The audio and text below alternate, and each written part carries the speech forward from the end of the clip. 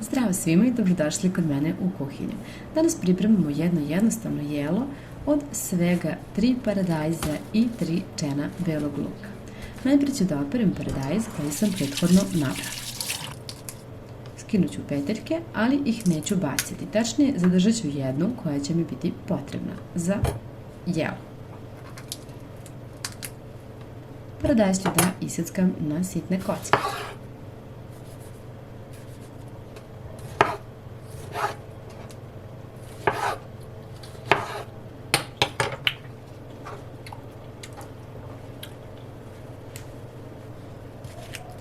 A zatim ću i da oljuštim 3 čena belog luka.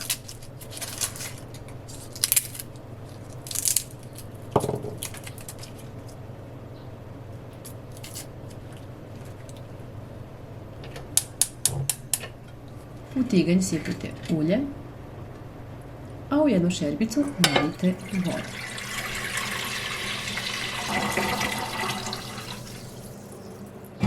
Stavite vodu na ringlu da se kuva, a uključite i ulje da se zagreje.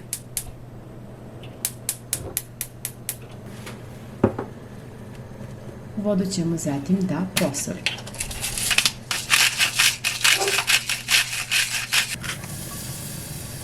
A kada se ulje zagreje, da izmiječemo beli luk.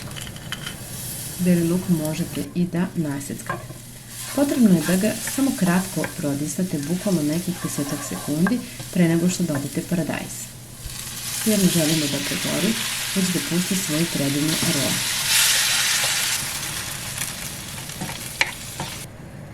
Sada ću baciti i ovu jednu peteljku od paradajza koja će ovom sosu dati predivan ukus.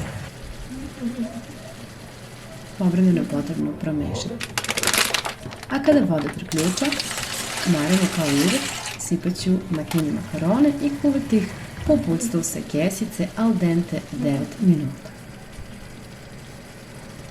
Kada je sos gotov, izvadit ću peteljku, pa posoliti i pobiberiti.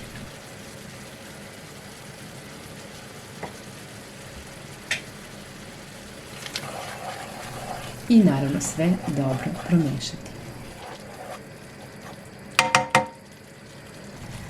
Pre nego što ocedite testeninu, uzmite jednu šolju tečnosti, pa dodajte u sos, promešajte i pustite da proključa, a zatim dodajte i oceđenu testeninu.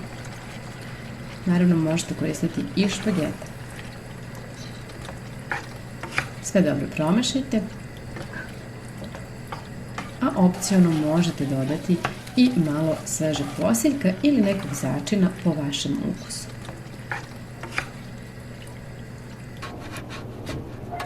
Takođe, opciono možete i narendati malo sira, a i ne morate, svejedno, sos je veoma ukusan. Ja se nadam da će vam se dopasti ovo jelo i da ćete uživati. Puno vas pozdravljam, ćao!